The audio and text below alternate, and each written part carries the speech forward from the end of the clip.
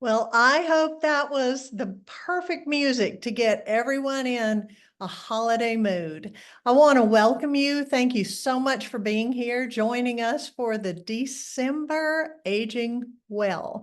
Thank you so much. And again, we can't do this without thanking our team, and that would be Tom Roth with our CTSI, Courtney Hayes with our Pepper Center on Aging, and Audrey Bell Farrow with our ADRC, our Alzheimer's Disease Research Center. So thank you to this team. I totally could not do this without them. And thank you to all of you who are joining us. I know we have some new viewers tonight, so welcome.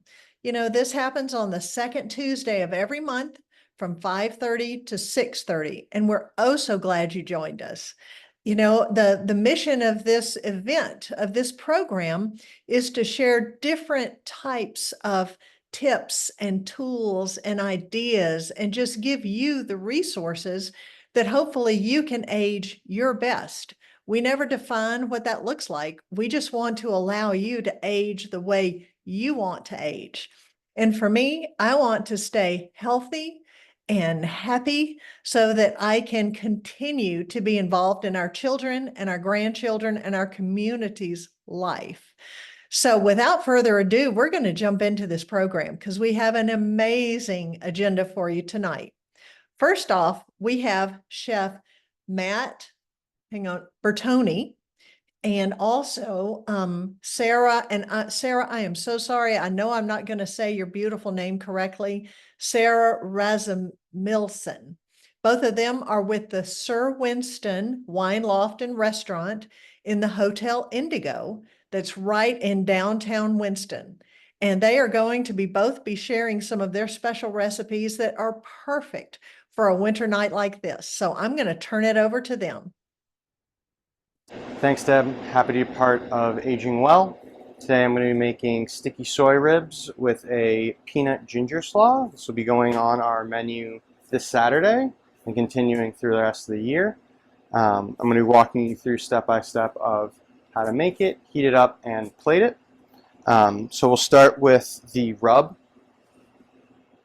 So the rub is a mixture of brown sugar, cayenne pepper, smoked paprika, chili flake, salt, pepper, ginger powder, and mustard powder. And we'll simply just mix that around with our hand. You'll be getting all of this recipe online with step-by-step instructions and measurements. Want to make sure that that sugar, if there's any clumps, gets broken up. And when it's done, it should look like this. Now the ribs that we're using are St. Louis ribs. You can get these at any supermarket anywhere in the world. These ones are already cooked because it's a 4-hour process. These will be cooked at 200 degrees for 4 hours.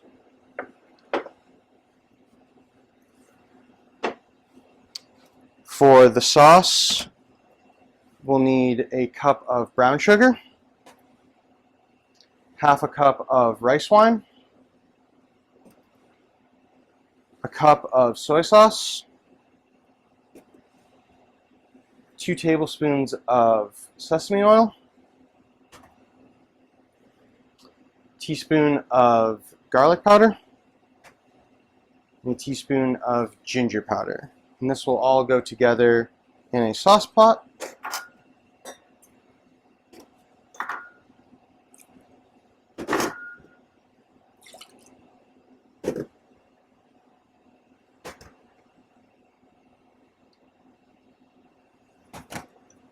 The last bit of it will be a cornstarch slurry, and that's used to thicken the sauce.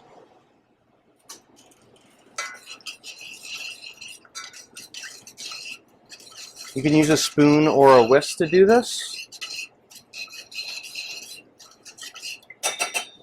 We're going to bring that to a boil. So once it comes to a boil, we'll add the cornstarch slurry to give it that thickened appeal. Now it's not going to come to a boil right away, but it will, and you want to keep stirring it so that it doesn't stick.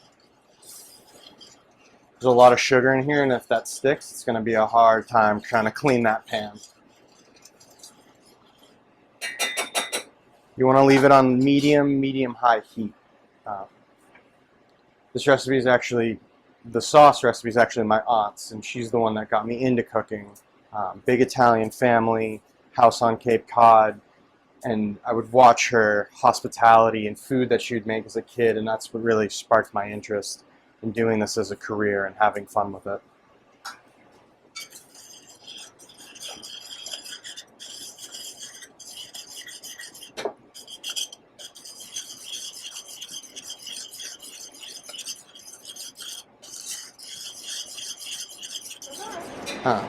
If it does end up getting too thick, you can always just add a little bit of water to help thin it out. You want it to be that consistency of an almost sweet and sour sauce.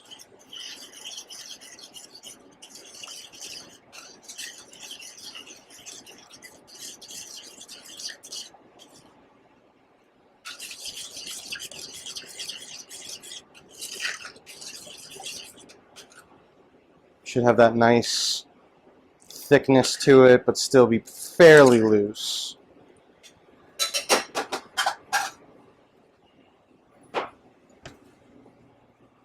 So now I'll show you how to cut these into ribs. In order to do that, you want to find where the bone is and just trace along that. Sometimes they'll be a little wonky and they'll be a little thin. You might get an end piece like that one. That's okay. A lot of times they'll kind of be at an odd angle. Like that one there. So once the sauce is hot and the ribs are cooked, we want to transfer it to a pan.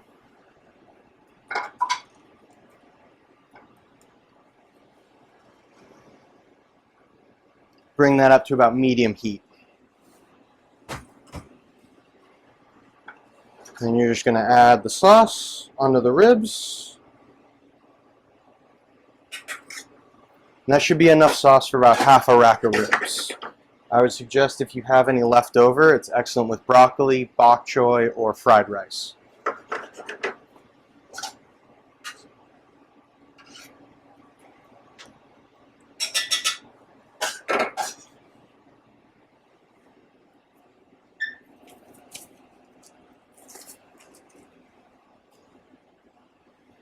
For the slaw is a cabbage slaw with a lot of Asian ingredients in it.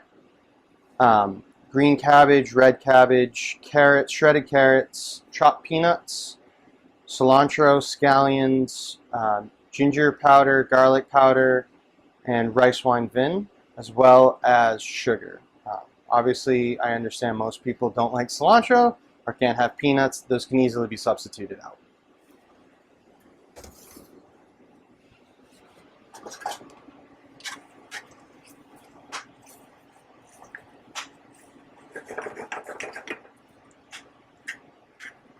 Now the ribs are already cooked. You're looking to just get a little bit more heat on them. Get the sauce heated up if you did that prior. I'm actually going to use tongs for this. You can crank the heat up more, but just make sure you're watching it, because like I said, that sauce is really full of sugar, and if it sticks, it's going to be a real pain to wash that out.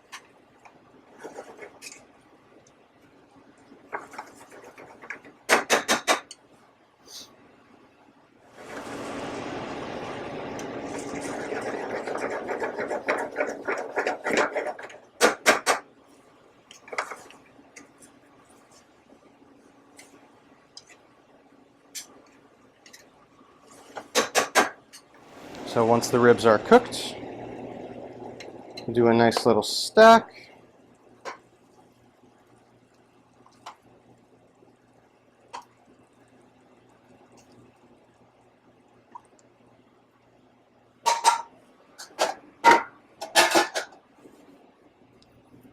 And then we have picked cilantro. It's not, you don't have to fully pick it, as the stems are fairly edible.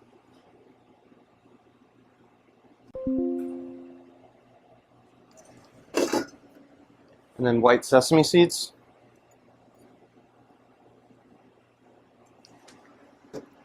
And those are our sticky soy ribs. I'm Matt. I'm the new chef here at Sir Winston. Just moved down here. I have tons of other recipes just like this. We're doing a menu change on Saturday. Please come see me.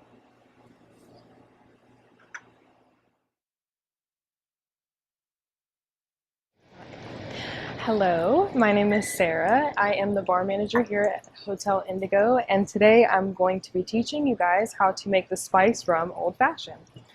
So first you're going to get your big cube in a rocks glass, and we're going to do 0.5 ounces of spiced brown sugar simple.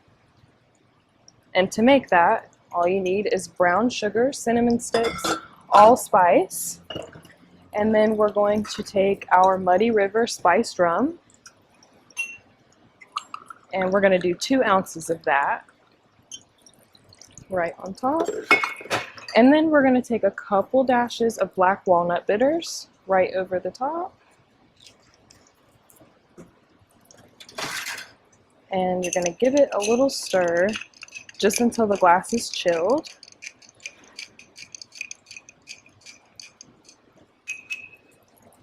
And to garnish this, we're going to use 1 cinnamon stick and 1 star anise.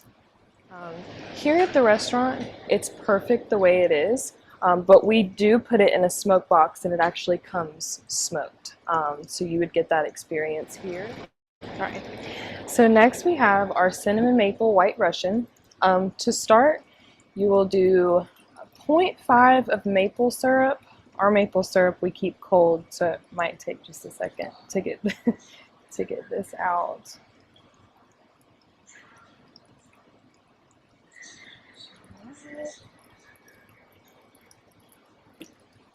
And then we're going to do a 0.5 of Kahlua. Actually, excuse me, we're going to do an ounce of Kahlua. And then we're going to do 1.5 ounces of Tito's.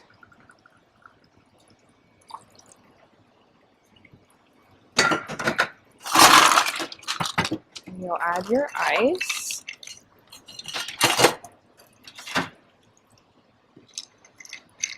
And around the rim we have allspice sugar, and all you need to make that is some allspice cloves and some sugar. And so we're going to give that a little stir. And to top, we're going to top this off with our house-made, this is a brown sugar maple syrup heavy cream. And to make that, you would just take a little bit of maple syrup, a little bit of brown sugar, and then some heavy cream, and you're going to shake it until it gets to that thicker consistency. And then what we'll do is we will just pour this right over. And it's okay if it looks a little chunky, that's normal. And then we're going to top this with a cinnamon stick. And that is that. And if you guys would like to come and see me, I am here almost every day at Sir Winston Wine Loft, located in Hotel Indigo. And for everybody at AgingWell, please come see me. My name is Sarah, and cheers.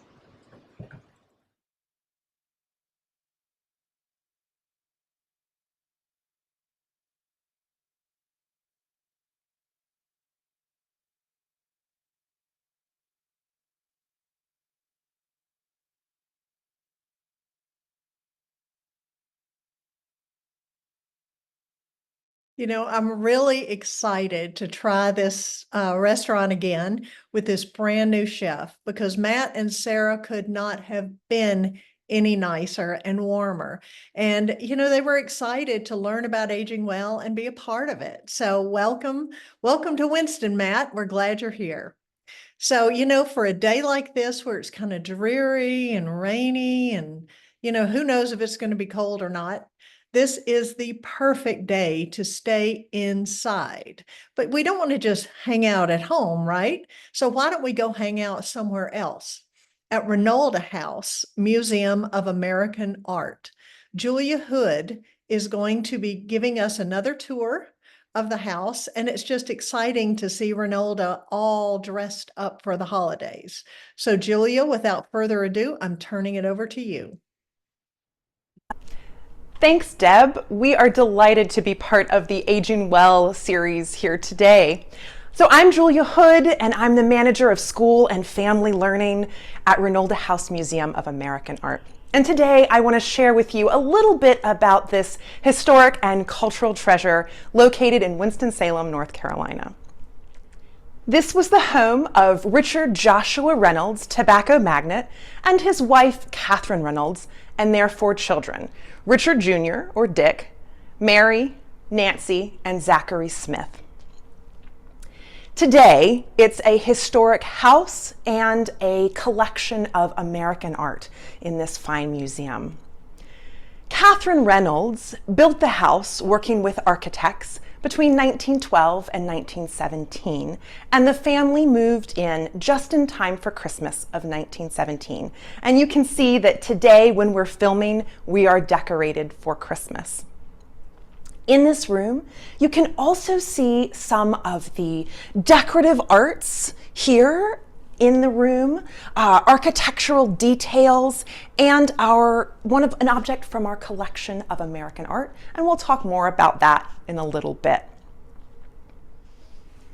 Whether you are visiting in person or virtually with our app, Reynolda Revealed, you can learn more about the art collection, the house, the people who lived here, and those who worked on the estate. As I mentioned, you can tour using the Reynolda Revealed app, or in each room there is information on panels like this, or descriptions about the works of art on the walls by them. So here we are in the reception hall, and this was the central place for gathering and entertaining at Reynolda. And in this room, you can see some of the furnishings that Mr. and Mrs. Reynolds had, and they're located as close to where they would have been as we can have them. These were new pieces of furniture that Mrs. Reynolds bought, meant to look like older antiques, but she was buying new furniture. And today they are the same pieces with some changes. The purple sofa has been reupholstered, mauve. The mauve sofa has been reupholstered. You can also see in this room our collection of American art, some of the glimpses of it here. So Catherine Reynolds and R.J. Reynolds lived in this house, but then R.J. Reynolds died in 1918. Catherine Reynolds remarried, but she died a few years later in 1924.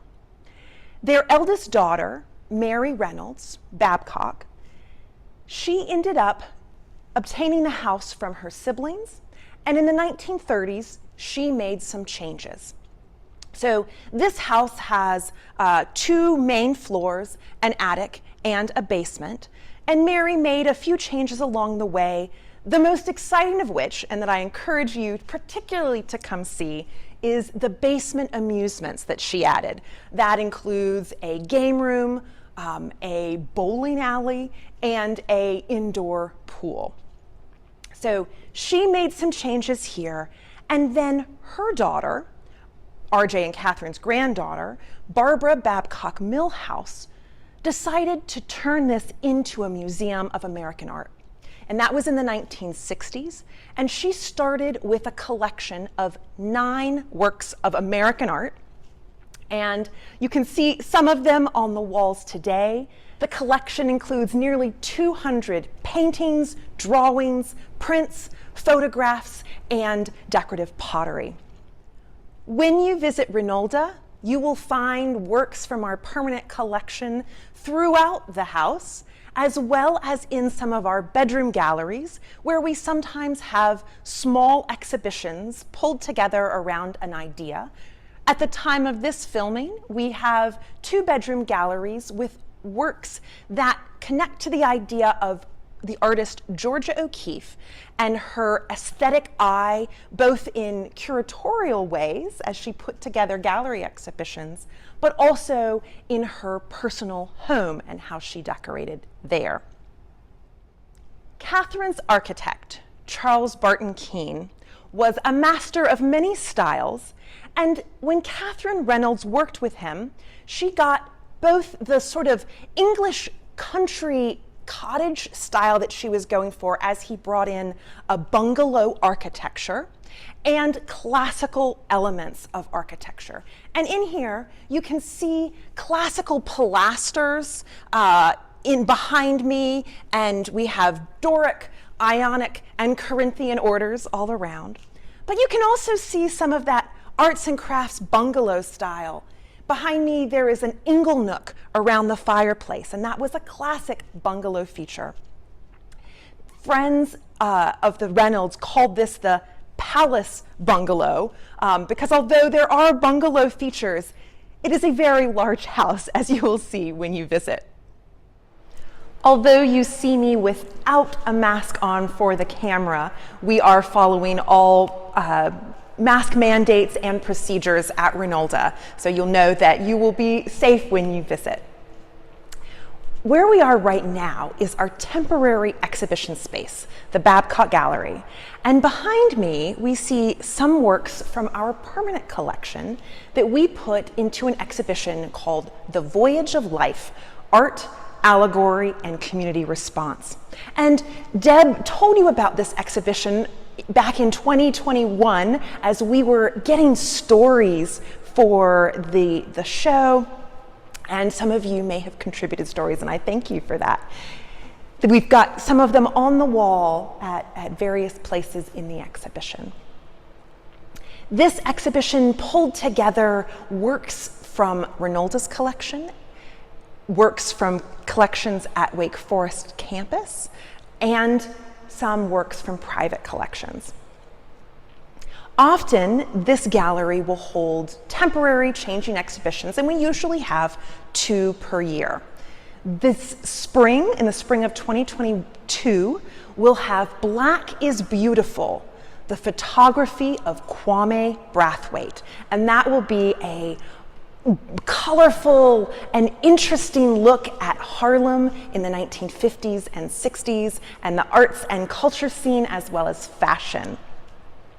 Then in the fall, we'll have Chrome Dreams and Infinite Reflections, 40 years of photorealism, with a variety of paintings meant to look as close to life and photographs as possible. So that will be another really interesting exhibition to see. Visitors who come to this gallery get a chance to learn about new ideas, artists maybe they haven't heard of before, or revisit works by artists with whom they are familiar. Right behind me, we have Thomas Cole, Home in the Woods, Thomas Hart Benton's Bootleggers, and that vibrant green painting is Grant Wood's Spring Turning. So these are just a selection of works from our permanent collection, but we have an opportunity in visiting our temporary galleries and temporary exhibitions to learn all about different aspects of American art. I encourage you to visit, and if you want to visit frequently, become a member of Reynolda House. I wanted to make sure to show you the outside of Reynolda, this iconic view of this low, squat bungalow, as large as I said. And you'll also notice behind me some bright copper and fresh green tiles.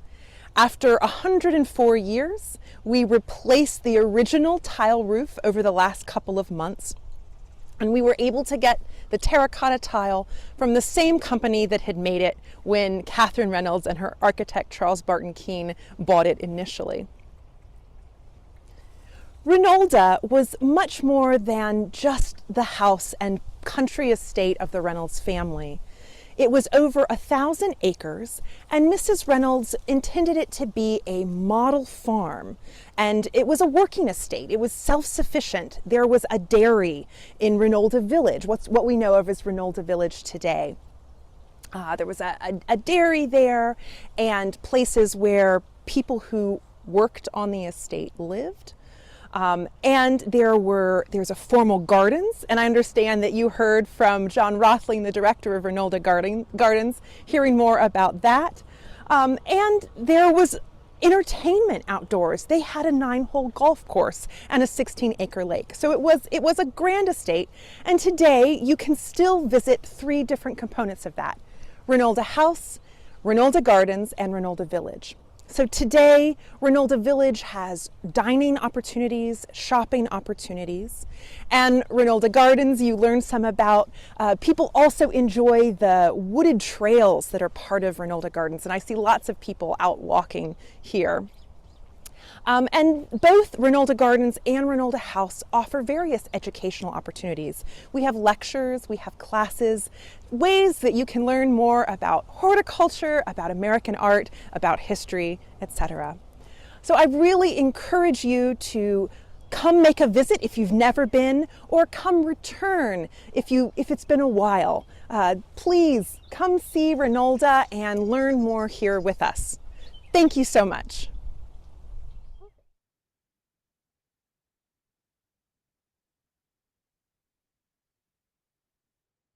As a reminder, this was from our archive, but we thought this was just the perfect time to share as a reminder what an amazing destination Reynolda House is. And while the exhibits change, in fact, the current exhibit is the founder's vision, the feeling, the bones, the tour of this beautiful, magnificent home remain the same. And just as a side note, they have completely refurbished the greenhouse as part of the gardens that we plan to visit again with John Rothling on this spring, a little bit later this spring, but it has been totally redone and is just ready for the next 100 years. So anyway, so thank you for joining us for that tour of Reynolda. You know, we have Bishop Mack as our speaker tonight. And he is a leader in the community. He is such a respected church leader. And, you know, sometimes I feel like I'm lucky to call him my friend and my counselor because he's just the most amazing man. Yeah, the theme of our talk tonight is finding hope in changing times. And for some of you who may not have been listening to the news this afternoon, there was actually a shooting between 2 juveniles at Reynolds High School today at 3:45 this afternoon. And so, you know, we keep hoping that the world is going to become kinder and we are going to find our way. But I think it's no more appropriate than now to have Bishop Sir Walter Mack join us and share what he will for us to find hope in these days. So Bishop Mack, I am turning it over to you.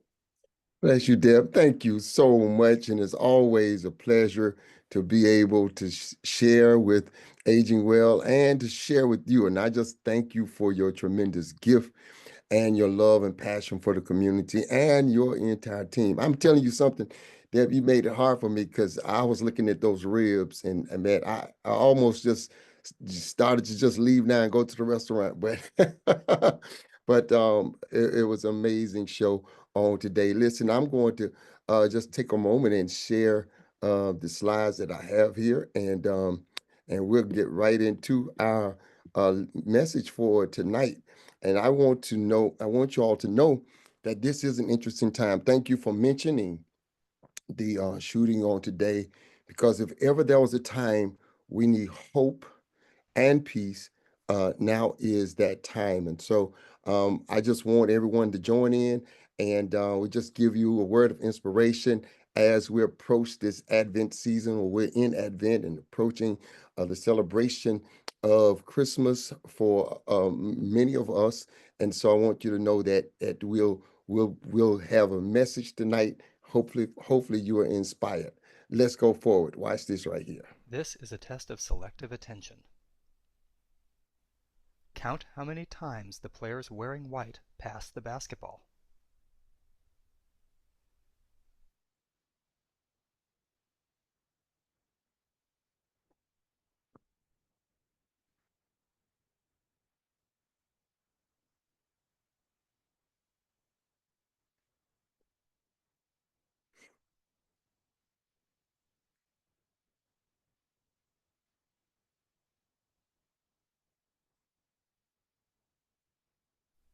How many passes did you count?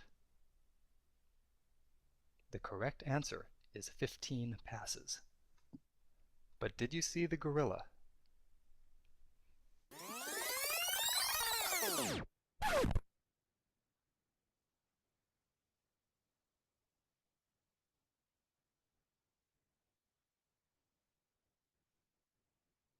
This Let's have a little fun. Now, if you saw that gorilla, you can put that in the chat that you saw it if you're able to do that. If not, I want you to know that that's a very powerful message, because while we're busy doing what I call lifing, while we are enjoying retirement, raising grandchildren and our children, while we are going to the doctors and traveling and working on hobbies and doing things that we enjoy, there is a gorilla that's moving right in our midst. Sometimes we're so busy that we miss the things that's changing right around us. And so tonight, I want to talk about managing some of those changes and finding hope and peace in the midst of it. And so then now, as we look at this, I want you to know that it would be wonderful. It would be wonderful if life was much like the top line, where you have a goal and then you set out with an expectation and you achieve it. That's a great plan. A goal, expectation, and achieve it. I wish that life was a straight line. But the reality of the matter is that there are these curves and these turns that we take trying to reach our goal. So we have to define it. We have to start. Then we go through that season where we doubt, did I do the right thing? Oh man, I failed. I hit my head. What did I learn from it? And then I get back up and I try it again. I fail again. I'll practice some more. I feel lost. I feel separated. I don't know what I'm doing. I'm having problems. But then you look up 10 years from now and what you set out to do, you did it. And so then now, in the midst of us finding hope or having hope and living with peace, know that there is an expected end, that things may look chaotic now, but God has a plan for all of our lives. And so then now, let's look at some ways we can manage change and things that's happening in our community. I want you to look at this beautiful photo while this young man is crying and has a tear in his eye. You need to know the backstory of this. He's crying because he's having to play a song on his violin, and he just experienced the death of the teacher who taught him how to play. So now he's in pain, but he still has to play. That's our story for so many of us on this call. As we age well, we have pain in life, but people still expect you to play. They still expect you to show up. They still expect you to be at the top, and they don't have a clue of the pain that you're living with in this life. I want you to know, when you look at managing changes, we got to talk about the changes that's taking place in healthcare. Tragically, the healthcare CEO of a major insurance company, United, was assassinated or killed in open daylight. He was murdered by this young man who was troubled. And all indications, the investigation is not done yet, but on the bullets, he had the words deny, defend, and depose. Those are terms that's used in the insurance industry for taking people through a process. So the indication is that he was very frustrated with the healthcare system and took out his anger and his pain in a horrendous way.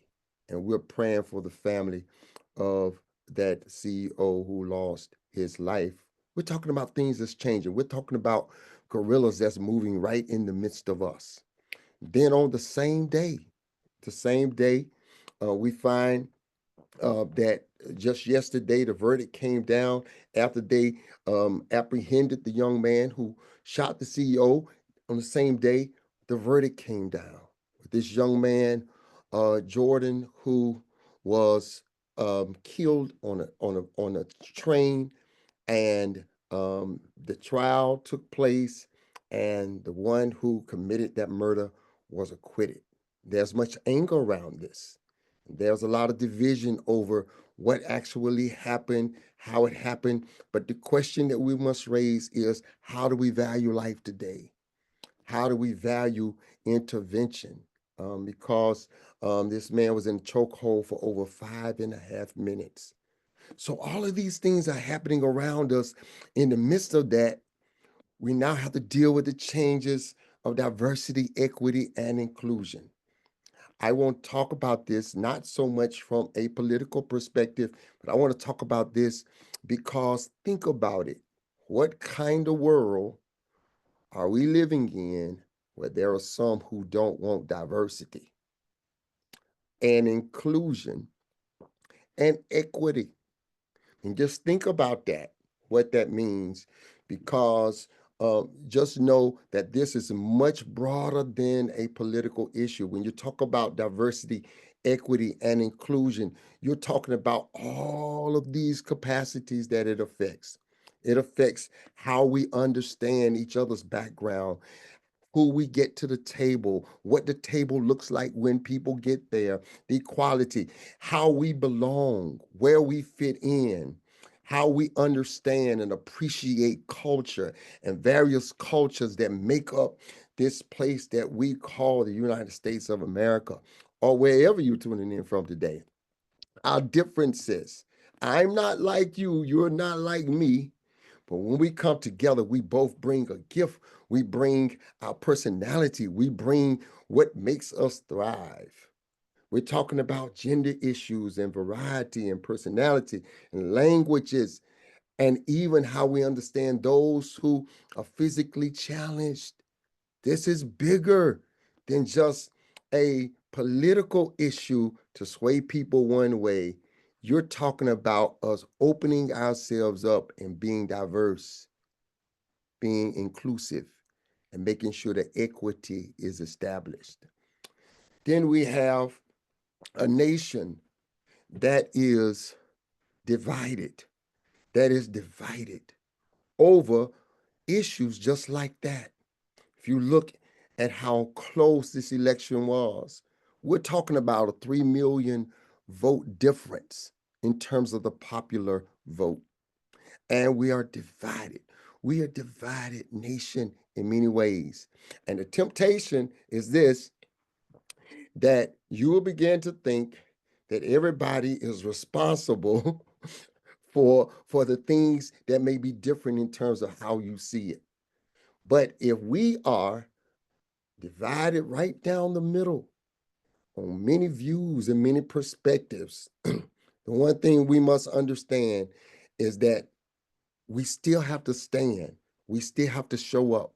We still have to present our very best. And we still have to know that in the end, there is a plan that God has given all of us and even to this nation. So we're divided here. Many people are hurt. Many people are frustrated. And then there are some who are rejoicing. But the reality of the matter is, we got to learn how to exist together. So how do we do that? How do we do that? How do we do that when we're talking about aging well? And regardless of where you are politically, things will change. We're talking about the retirement age going up to 70. This was predicated off of promises. We're talking about changes in Social Security and Medicare, changes in the Affordable Care Act when there are millions of people who may not have insurance. We're talking about ending reduced lunch and free lunch programs for children, the reversal of civil rights and those diversity programs that have helped people. I like the way one prolific news reporter, Reverend Dr. Al Sharpton, said. He said this. He said that civil rights cannot get you a job. It'll just make someone sit down and read your resume. And then we're talking about ending public education as we know it. These things are prevalent. And I am not here to pass judgment on how you voted or how you did not vote. What I'm trying to show you is there's a gorilla moving among us. And then right here in this city, we have tent city in our city, and we're in a housing crisis in America. 4.3 million homes that we're facing a shortage right here in America. And I was driving down the highway just the other day, and I looked on the side, and there was tent city set up. We have a tent city right in back of our church. And on any given day, we see people walking to what is their home. 140 million people in this country that live in poverty. 80 million people have to work 2 or 3 jobs to make ends meet. And 38 million children go to bed hungry every night right here in this country. And so then now, how do we manage these changes? How do we manage the changes in our health when we look at experiencing chronic health conditions such as heart disease, cancer, impairment from stroke, Alzheimer's disease, as we are focusing on, and this particular program helps so many with that. Conditions of pain and disability and even death. We have to manage change. How do we find hope and faith in the midst of this? Well, I'll say to you that this is the Christmas season. I'm almost leery for calling it a season because it really should be a way of life. But this is the time that we celebrate Christmas, December the 25th. Of course, you all know the history that Christmas really was not on December the 25th. It's January the 6th is when they celebrated Christmas, and then Constantine came back and took that date, January the 6th, and moved it back to the 25th to offset the Festival of Lights. And now we celebrate that day as the day that Jesus Christ was born. Indeed, we do not have an exact date that he was born, but he was born. And it's Christmas. And you would think that most people have this wuzzy, fuzzy feeling at Christmas. But I want to tell you today, not so. There's so many people who need hope and peace right now, because what I found out that at Christmas time on the 25th of December is the highest day of heart attacks.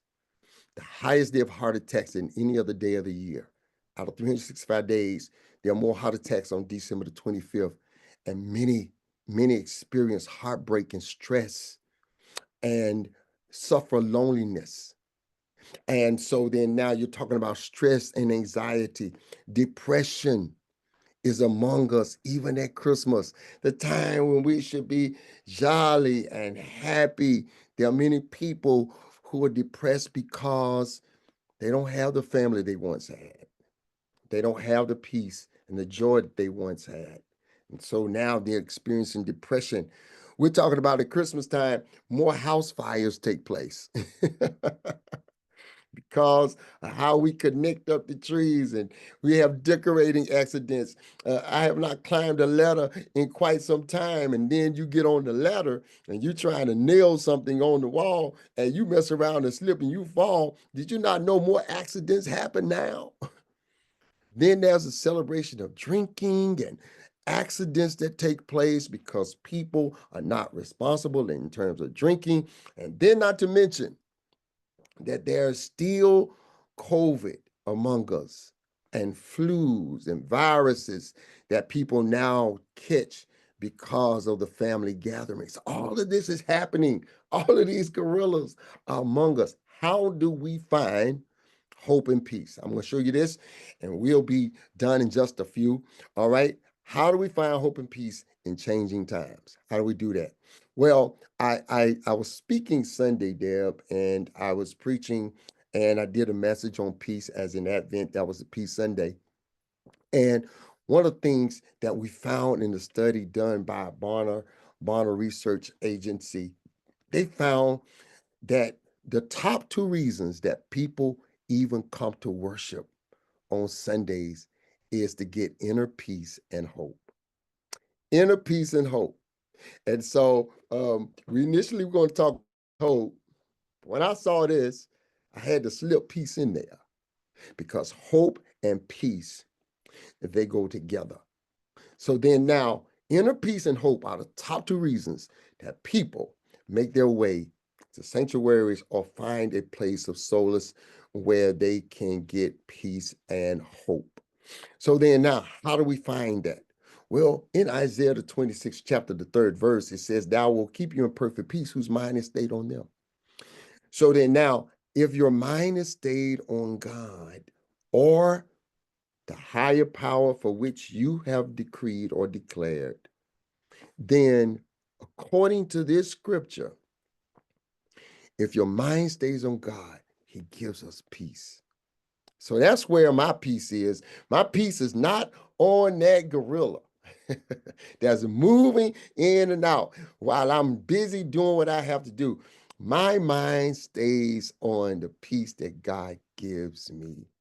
And that's what we have to do. If we're going to age well, we got to make sure that we're focused, that we understand what our intent is, that every day we must wake up grateful and thankful that God has given us another day.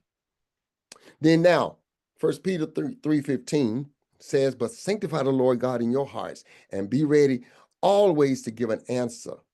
And to everyone who asks for the reason of the hope that's in you."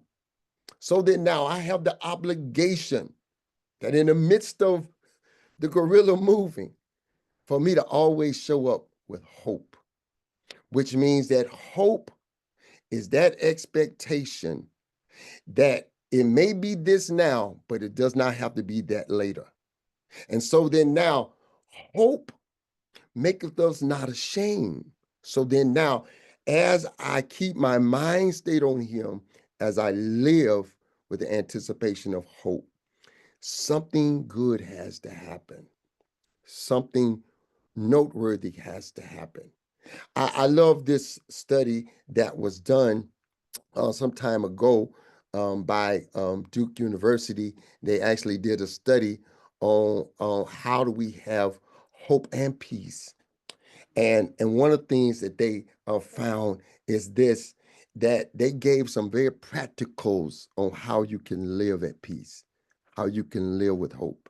And I love these practicals, and I hope you all don't mind. I'm just going to give you these and we'll call it a day. I want you to know that one of the things that they said, to have peace, to have hope in your life, you got to force yourself to live. You got to force yourself to live every day. There's that gorilla that's trying to move you to a place of depression, that's trying to move you to a place of shame, that's trying to keep you in a place of hurt.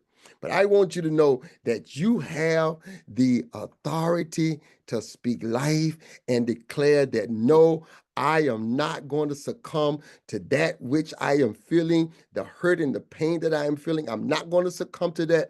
I am determined that I'm going to live. I'm going to live. And that is so critical that we make up in our minds that we must live, because things will always change.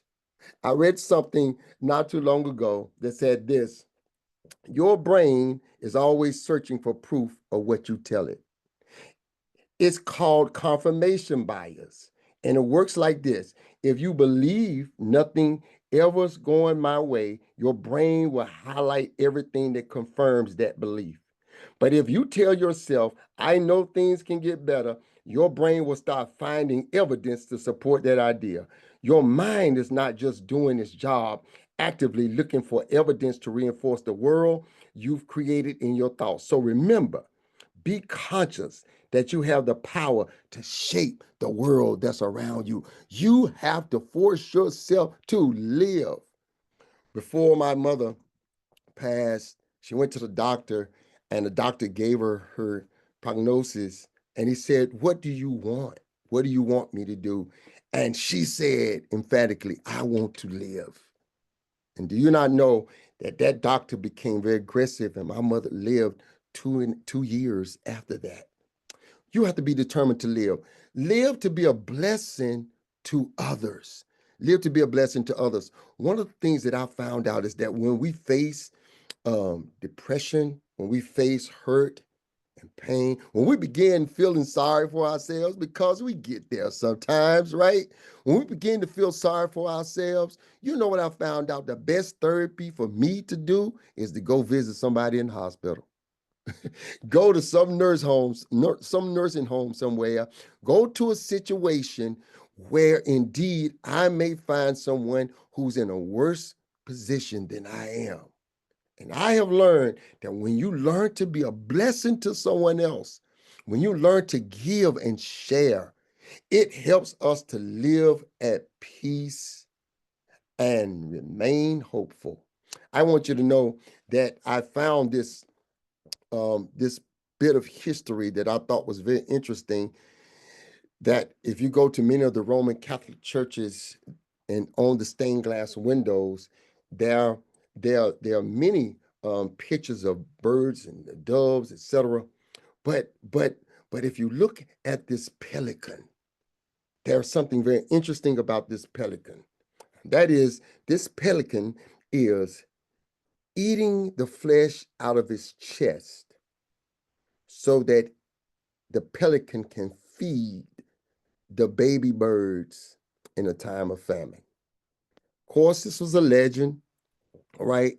There's another legend that says that once the bird died, the mother pelican would take the flesh from his chest and drop it in the mouth to bring the bird back to life. Whichever one you decide to hold on to in terms of your interests. I want you to know it's so interesting to me that this bird sacrificed itself to feed its baby birds. And that's what we have to do. There comes a time when you got to sacrifice yourself and give when you don't feel like giving, and be around people when you don't feel like being around, because they're being blessed by your presence. Sometimes you got to go when you don't feel like going, because know that you have a place, and there are many people who are depending on you to show up. So I wanted to show that to you, because self-sacrifice is what this time of the year is all about. That our Lord and Savior Jesus Christ came, and God gave his only son that we may have life and we should live. We must refuse to live in the past. The past should only define your future. And so you cannot live your life well beating yourself up over what you did not do or what you did do in your past, but you must live well. And you must release whatever mistake you've made. You cannot do anything about that. You cannot reshape your yesterday. All you can do is be determined to live a great life in your future. And then release resentment. This is probably the biggest one of them all, because I want to pray that you would let it go. Resentment, hatred, envy, malice, though things may not have gone our way or many of our ways in the election, hey, guess what? We still have to love, and we still have to work together, because you still have an assignment and you must accomplish your assignment. And so then now, resentment, someone who hurt you 20 years ago, they have moved on with their life. They have gone home, they got a new home, they got a boat, and they're taking a vacation out of the country every year, and you're still dealing with what happened, and your blood pressure is up, your diabetes are out of control. You can't focus because you're focused on that incident. But can I tell you, when you let it go and when you release it, God has greater for you. Cultivate virtues like love, laughter, loyalty. I want you to know that that's what this time of the year is all about. Yes, I love Christmas. I love Christmas because it reminds me of God's love for me, and I must love others. It reminds me that I can laugh. I can laugh. Some things, let me tell you something. You better learn how to laugh. And not only laugh, you better learn how to laugh at yourself. Some time ago, I was taking the car to the shop, and we have two cars. I had my car, my wife's car, and so I was supposed to be taking her car to the shop. I got in my car. When I got to the shop, guess what? I found out I was in my car. I had driven the wrong car to the shop. I just had to laugh at myself. All right, here's my point. Learn how to laugh and learn how to be loyal to you. You owe yourself a nice meal every now and then. If you don't have anybody to take you on a date, take yourself on a date. If you don't have anybody to send you flowers, hey, buy yourself some flowers. If you don't have all the gifts you want up under the tree, get yourself a gift. But learn how to be loyal to you, learn how to laugh, and learn how to love. Listen, we're doing something very special, and I'm done here, that we believe in this at our church, at Union Baptist Church. We're having a Christmas mall because so many people are dealing with this lostness, this isolation, this separation. And so we're putting on a Christmas mall Friday, Saturday, and Sunday so we can bring some joy to people and people can live well, age well with love, laughter, and loyalty. Look at our Christmas mall from last year, and I'm done. Oh, yeah. Oh, yeah. Hey. It was a newborn king that was born. A newborn king. Oh, yeah. Hey. And they had the finest gifts in there. Myrrh, frankincense. Hey. And the reason they had this, they had to lay it down before this newborn king. Oh, hallelujah. They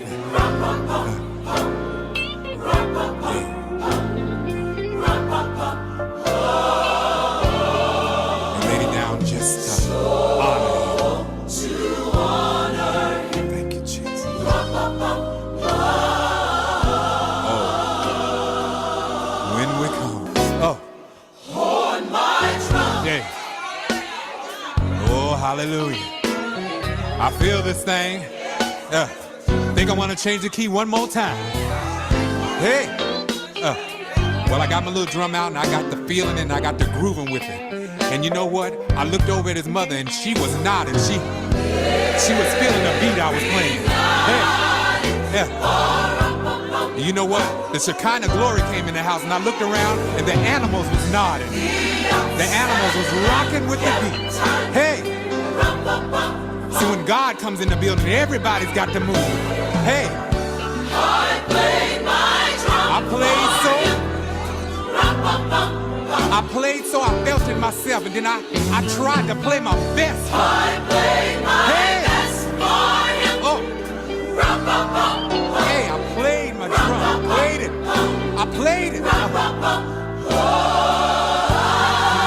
Then when I looked down at him, he smiled at me. He smiled. Oh. And when he smiled, y'all, I couldn't help but cry.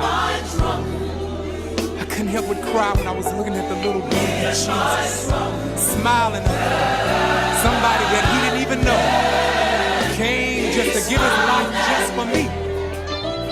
Oh, he smiled at me and the tears came more. There came a shiver came over me, y'all.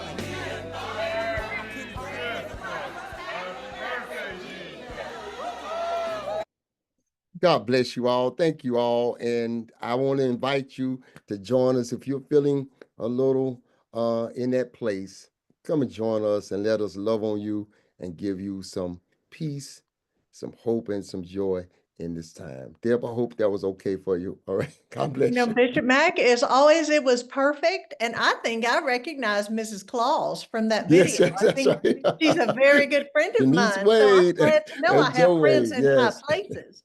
And one lesson that I've learned, and it's so true in my life, is that I can't control what's going to happen to me or how people treat me, but I can control how I react. And, I've tried to share this with our family, with our kids. It's that, maybe somebody snaps at you for no good reason. You don't know what they've been through that day. They may have gotten some horrible news, in another way that has nothing to do with you at all, but, they're kind of taking it out on you. And it's like, just share grace with yourself and with others. Yes. And Yes, that's exactly right. Yep. We have to have some grace with each other and just be encouraged. I just want everybody to be encouraged. It's going to be okay. It's going to be okay. And I live by that, Bishop. And we have some comments here, Okay. and some of them are, thank you, Bishop, for giving us the word. We need uplift and encouragement living in the times we are in. And I Yes. couldn't agree more.